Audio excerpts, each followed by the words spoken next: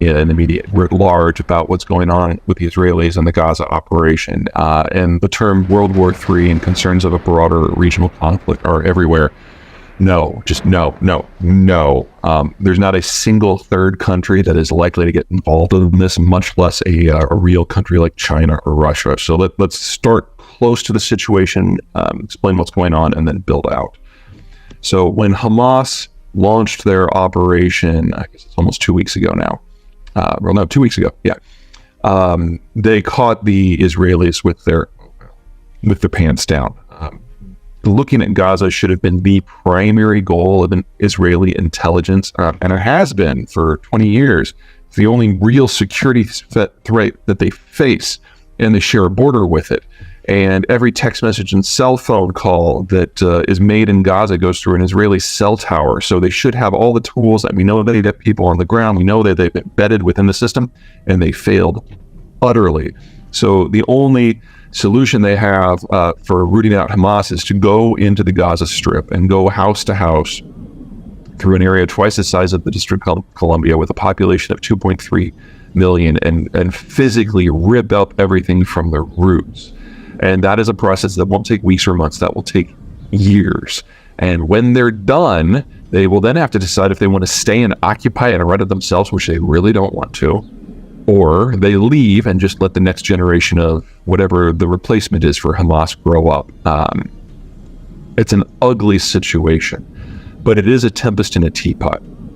Let's go through the region. The only country aside from Israel that Gaza borders is Egypt. And people forget that the Egyptians controlled the territory from 1949 to 1973 and hated it. I'd say that the only people that the Palestinians are more disliked by than, say, the Israelis are the Egyptians. And there's absolutely no love lost. And it took Biden personally interceding to get the Egyptians to agree to allow aid into the southern crossings into Gaza, because the Egyptians would be thrilled if everyone in Gaza just dies. Jordan is a non-factor. Jordan, it doesn't really have a military worthy of the name anymore. And anyway, it's a satellite state of Israel. So no problem there. Syria is in civil war, and most of the fighting is going on in the northwest and the northeast parts of the country, which leaves the south. Now, the south is primarily populated by Druze who don't really care for the central government at all, but have sat out the war. And then you've got the Golan, which is unpopulated. So any effort by the central government or by, say, Iranian proxies in Syria would have to relocate forces from a hot front to open up a new hot front where there's a buffer zone anyway, and their chances of doing anything are very, very slim. I mean, this is not the Syria of 1972 when it had a military. It's been ravaged by the war and everything's locked down. So they're a non-factor. Then you've got Lebanon. Lebanon is a borderline failed state. Hezbollah is the militant group that is there. And they certainly don't care for the Israelis at all. But there's two things that hold them back. Number one, they're part of the national government. So there are other factions in Lebanon that would politically restrain them if they get too uppity, because they know that in the Israelis' current state of mind, the Israelis would not think twice of sending in some assassins and just wiping out the entire government. And that is a very focusing factor for the non-Hezbollah factions within Lebanon. And then second, while Lebanon could definitely send, Hezbollah could definitely send a lot of rockets into northern Israel, that doesn't change what's going on in Gaza or honestly overly shift the military disposition of the Israeli army. And Hezbollah doesn't have an army. If they were to launch a ground invasion, they would be massacred. So they are definitely the faction to watch, but the chances of them doing anything meaningful are very, very low. All right, next let the countries up, Iran. The Iranians don't have anything they can really do directly. They could launch some long-range missiles. All that would do would be generate a huge amount of international condemnation and get all the sanctions slammed back in a matter of seconds. Might even get the United States to do some slow boat trips by all of their oil platforms and just blow them to hell. We did that back in the 1980s. The target to watch there is a place called Karg Island, which is their only oil offloading facility. You take that online, that's the end of the entire export industry for Iran. So it's a question about whether they would risk that in order to do something symbolic that would have absolutely no impact on the ground. They also have militants in Syria, but again, they're on the wrong side of the country, and they're already engaged. And if they crossed into Druze territory, that'd be interesting because the Druze are badass. Okay. They have always considered Hamas to be disposable. Hamas is Sunni and Arab, whereas the Iranians are Persian and Shia. And so the official position of the Iranian government is that Hamas, like all Sunni Arabs, are apostates and therefore should be wiped out. And their alliance with them is purely tactical, and they have played that card, and now it will be destroyed, and they'll have to find a new card. That's Iran. That's Iran's entire position here. The only country that really matters, and it's not from a military point of view here, is Saudi Arabia, because the Saudi Arabians were carrying out talks with the Israelis on normalization.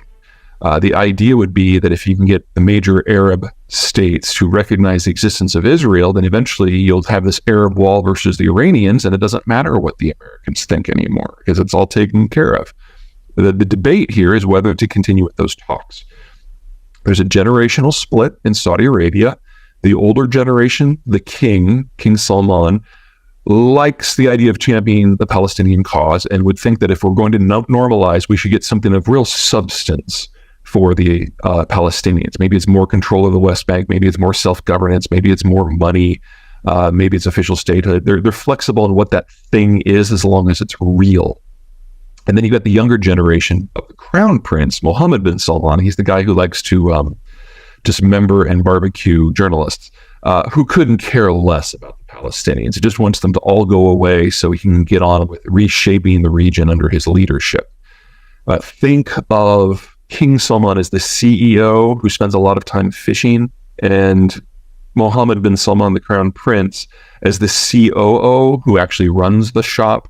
And we're going to find out in the next month who actually is the major decision maker based on how this decision vis-a-vis Israel goes.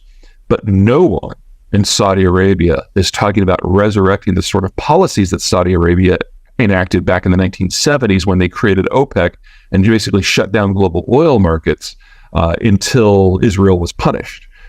That's not even on the docket right now. So their discussion is relevant, but not from a war point of view. Okay, that's everybody in the region. Let's go out. So again, start with the United States.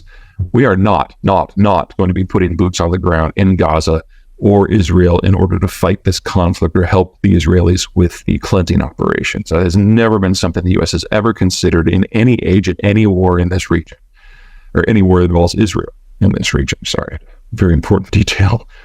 What we will do is help them with intelligence and equipment and munitions. And what we will do is attempt to locate our own people.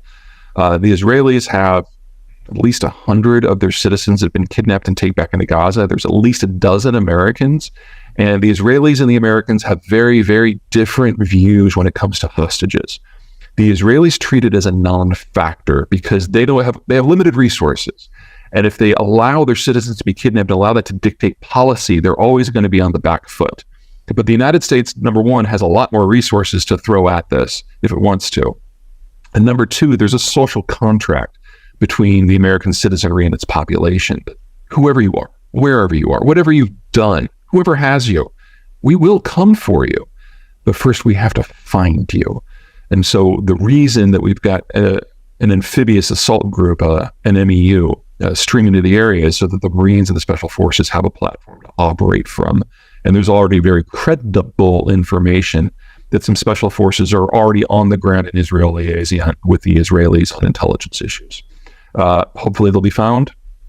Getting them out will be hideous because they've undoubtedly been split up and relocated to places of military significance to Hamas, which means you have to go in on the ground with small forces and physically retrieve them, and that will not be pretty.